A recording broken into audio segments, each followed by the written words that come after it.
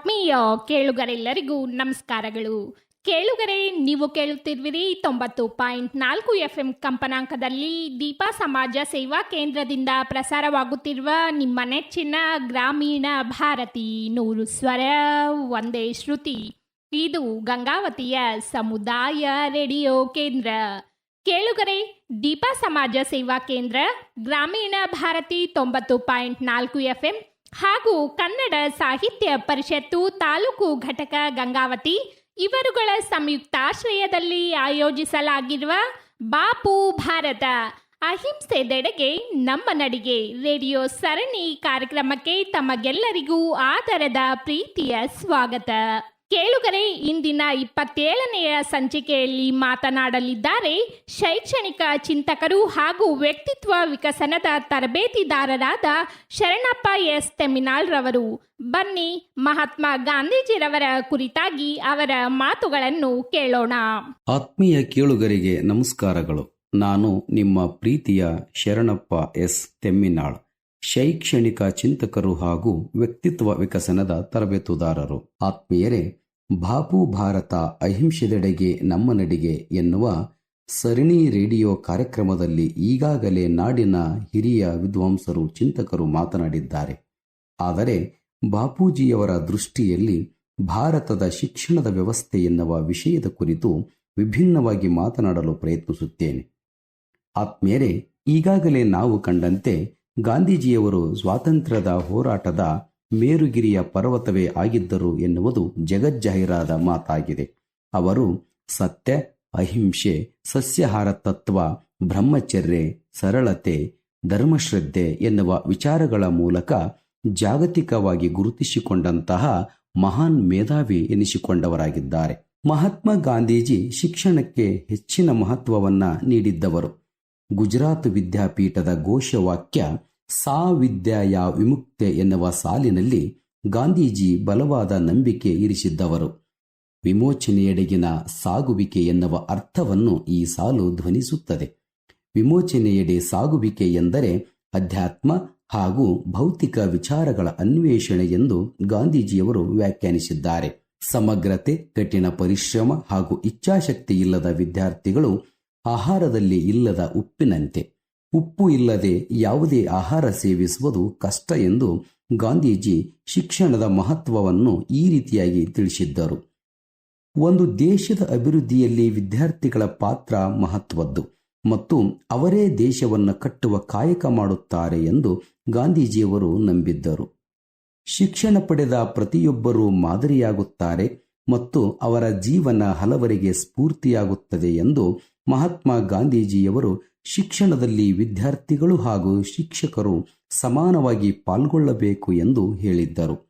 ಶಿಕ್ಷಣ ನೀಡುವುದಕ್ಕಿಂತ ಓರ್ವ ಶಿಕ್ಷಕ ವಿದ್ಯಾರ್ಥಿಗಳಿಗಿಂತ ಹೆಚ್ಚು ಕಲಿಯುತ್ತಾನೆ ಎಂದು ಅವರು ತಿಳಿಸಿದ್ದರು. ಶಿಕ್ಷಣ ಎಂದರೆ ವಿದ್ಯಾರ್ಥಿಯ ದೈಹಿಕ, ಮಾನಸಿಕ ಹಾಗೂ ನೈತಿಕ ವರ್ಧನೆ ಎನ್ನುವ ಅಭಿಪ್ರಾಯವನ್ನು ಗಾಂಧೀಜಿಯವರು ಹೊಂದಿದ್ದರು. ಸಾಕಷ್ಟು ದೂರದರ್ಶಿತ್ವ ಗಾಂಧೀಜಿ ಎಲ್ಲರಿಗೂ ಮೂಲ ಶಿಕ್ಷಣ ಎನ್ನುವ ಪರಿಕಲ್ಪನೆಯನ್ನು ಜಾರಿಗೆ ತಂದಿದ್ದರು. ಈಗಾಗಲೇ 1888ರಷ್ಟೊತ್ತಿಗಾಗಲೇ ಇಂಗ್ಲೆಂಡ್ ಸರ್ಕಾರ ತನ್ನ ದೇಶ ವ್ಯಾಪ್ತಿಯ ಎಲ್ಲ ನಾಗರಿಕರಿಗೆ ಉಚಿತ ಹಾಗೂ ಕಡ್ಡಾಯ ಸಾರ್ವತ್ರಿಕ ಶಿಕ್ಷಣದ ಘೋಷಣೆಯನ್ನು ಮಾಡಿಕೊಂಡಾಗ ಅದರ ಪ್ರೇರಣೆಯಿಂದಾಗಿ ದಕ್ಷಿಣ ಆಫ್ರಿಕಾದ ಪ್ರವಾಸದಿಂದಾಗಿ ಅವರು ಈ ಮೂಲಕ 7ರಿಂದ 14 ವರ್ಷದ ಎಲ್ಲರಿಗೂ ಅವರ ಮಾತೃಭಾಷೆಯಲ್ಲಿ ಉಚಿತ ಶಿಕ್ಷಣ ದೊರೆಯಬೇಕು ಎನ್ನುವುದರೊಂದಿಗೆ ಮೂಲ ಶಿಕ್ಷಣಕ್ಕೆ ಆದ್ಯತೆಯಾಗಬೇಕು ಎನ್ನುವಂತಹ ಸೇವಾಗ್ರಾಮದೊಂದಿಗೆ ಚಾಲನೆಯನ್ನ ನೀಡಿದ್ದು ಉಲ್ಲೇಖನೀಯ. ಮಹಾತ್ಮ ಗಾಂಧೀಜಿಯವರ ಈ ಒಂದು ಯಶೋಗಾಥೆಯ ಮೂಲವಾಗಿಟ್ಟುಕೊಂಡೇ ಭಾರತದ ಹೆಮ್ಮೆಯ ಸಂವಿಧಾನದಲ್ಲಿ ಗಾಂಧಿಯವರ ತತ್ವಗಳು ಎನ್ನುವ ತಲೆಬರದ ಅಡಿಯಲ್ಲಿ ಮೂಲಭೂತ ಹಕ್ಕುಗಳನ್ನು ಗುರುತಿಸಿಕೊಂಡಿದ್ದೇವೆ.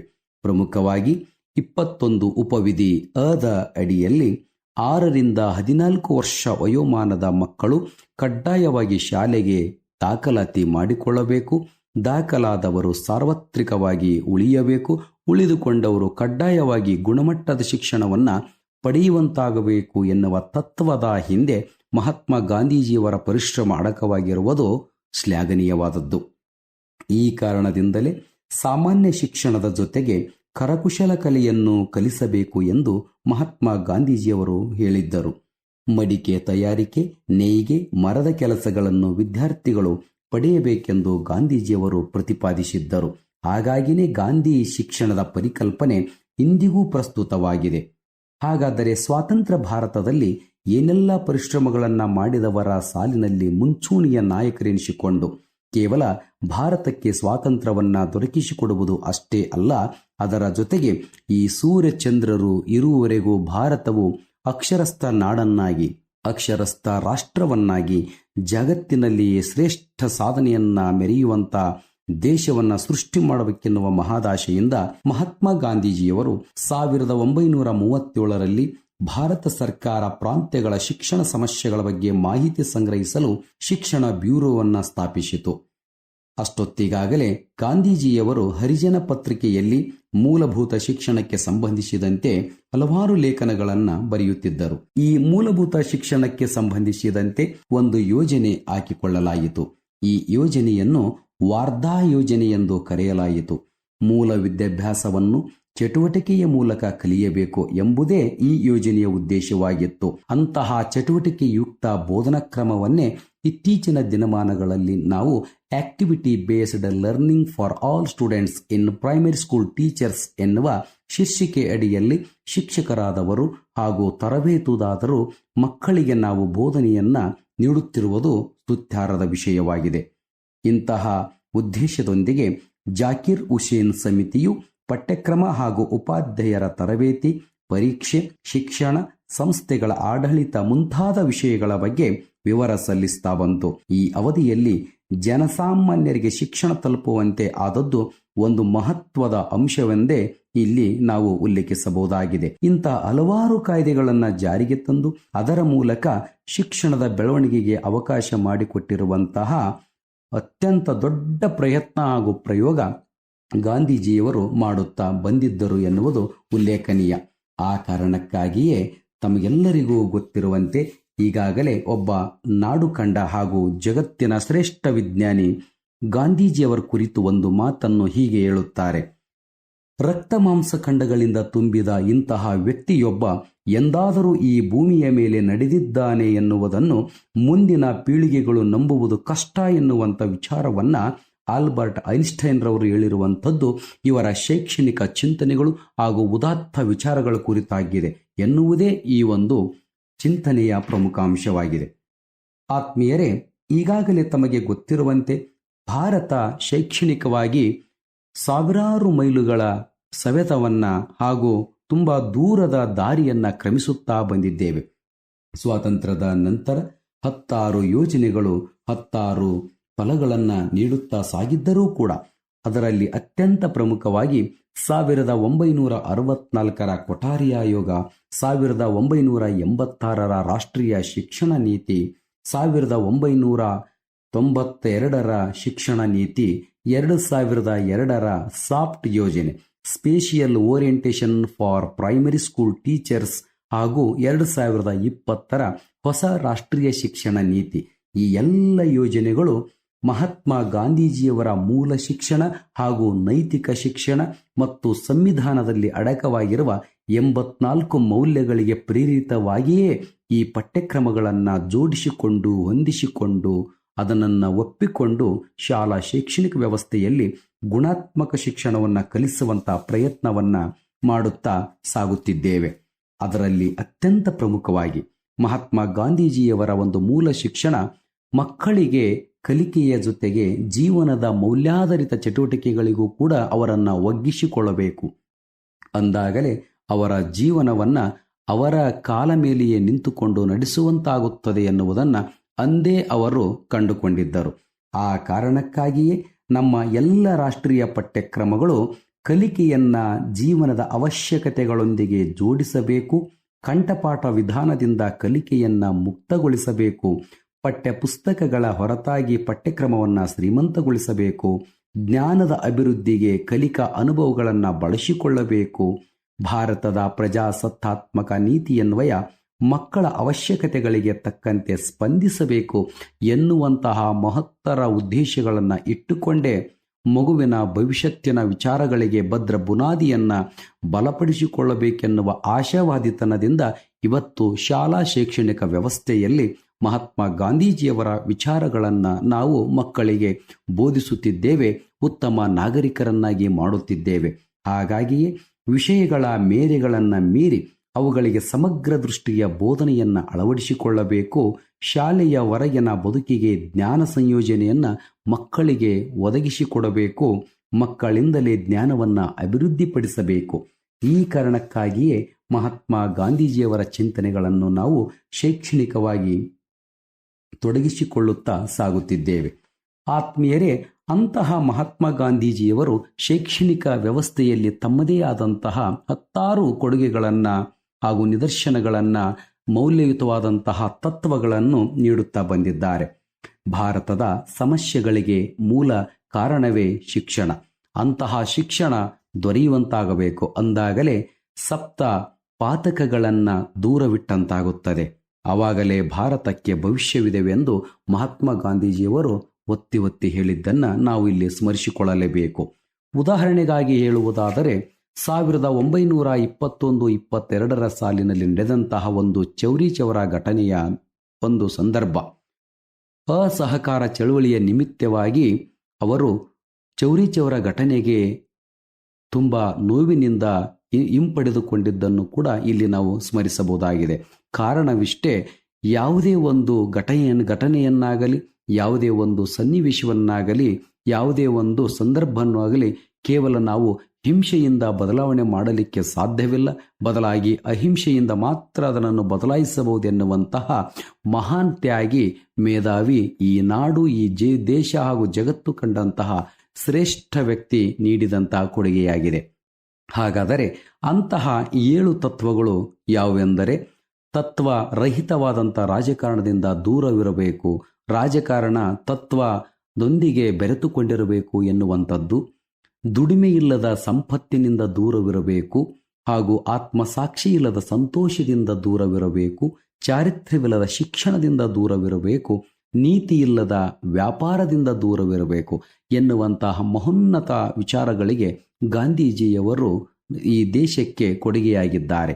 ಅಷ್ಟೇ ಅಲ್ಲದೆ ಮಾನವೀಯತೆ ಇಲ್ಲದ ಜ್ಞಾನದಿಂದ, ತ್ಯಾಗವಿಲ್ಲದ ಪೂಜೆಯಿಂದ ದೂರವಿದ್ದರೆ ಮಾತ್ರ ಮೌಲ್ಯಗಳಿಗೆ ಬೆಲೆ ಕೊಟ್ಟಂತಾಗುತ್ತದೆ. ಇಲ್ಲದೆ ಹೋದರೆ ನೈತಿಕತೆ ಅಧಪತನಕ್ಕೆ ದಾರಿ ಮಾಡಿಕೊಡುತ್ತದೆ ಎನ್ನುವಂತಹ ವಿಚಾರಗಳನ್ನು ಮಹಾತ್ಮ ಗಾಂಧೀಜಿಯವರು ಈ ದೇಶಕ್ಕೆ ಕೊಡುಗೆಯಾಗಿ ನೀಡಿದ್ದರು. ಆದರೆ ವಿಪರ್ಯಾಸವೆಂದರೆ ತದ್ವಿರುದ್ಧವಾಗಿ ಇಂತಹ ಕ್ರಿಯೆಗಳ ವಿರುದ್ಧ ಇಂದು ನಡೆಯುತ್ತಿರುವುದನ್ನು ಗಾಂಧೀಜಿಯವರು ಶಿಕ್ಷಣಕ್ಕೆ ನೀಡಿರುವ ತತ್ವಗಳ ಮೂಲಕ ಇವತ್ತು ಮಾನವ ಜಗತ್ತಿಗೆ ಹೊಸದೊಂದು ನಾಂದಿಯಾಡುವ ಅವಶ್ಯಕತೆ ಅನಿವಾರ್ಯವಾಗಿದೆ. ಆ ಕಾರಣಕ್ಕಾಗಿ 2020 ಶೈಕ್ಷಣಿಕ ಒಂದು ವ್ಯವಸ್ಥೆಯಲ್ಲಿ ರಾಷ್ಟ್ರೀಯ ಶಿಕ್ಷಣ ನೀತಿಯನ್ನು ನಾವು ಒಪ್ಪಿಕೊಂಡಿದ್ದೇವೆ. ಈಗಾಗಲೇ ಶಿಕ್ಷಣವು ಮಾನವನ ಸಾಮರ್ಥ್ಯವನ್ನು ಸಂಪೂರ್ಣವಾಗಿ ವಿಕಸಿಸುವ, ಸಮಾನ ಮತ್ತು ನ್ಯಾಯಯುತ ಸಮಾಜವನ್ನು ನಿರ್ಮಿಸುವ ಮತ್ತು ರಾಷ್ಟ್ರೀಯ ಅಭಿವೃದ್ಧಿಯನ್ನು ಉತ್ತೇಜಿಸುವ ಮೂಲಭೂತ ಅಂಶವಾಗಿದೆ.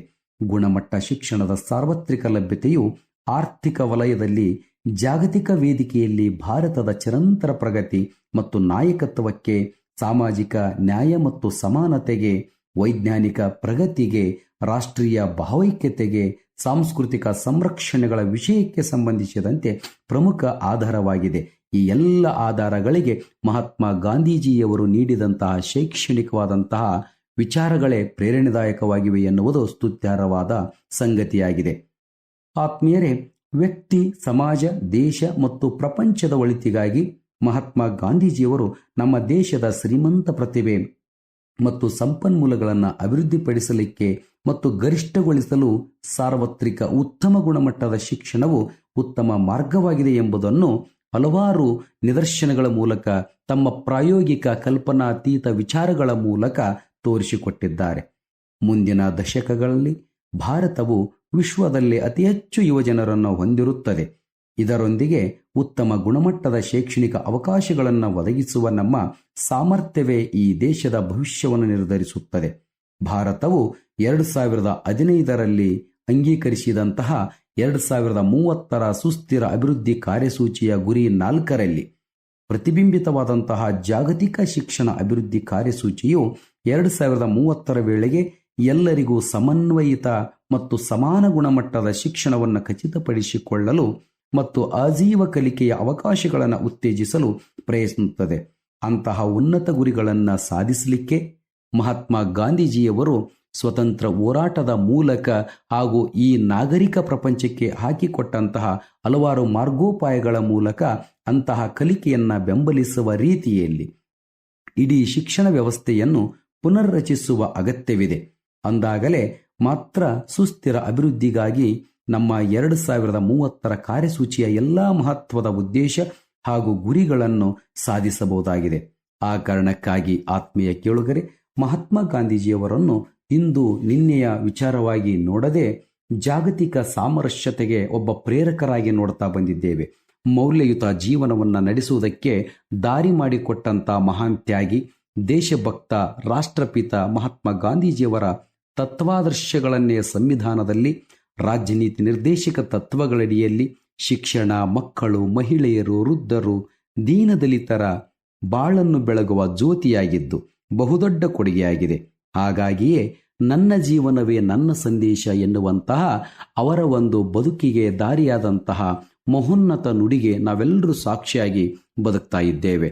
ಎಲ್ಲರಿಗೂ ನಮಸ್ಕಾರ.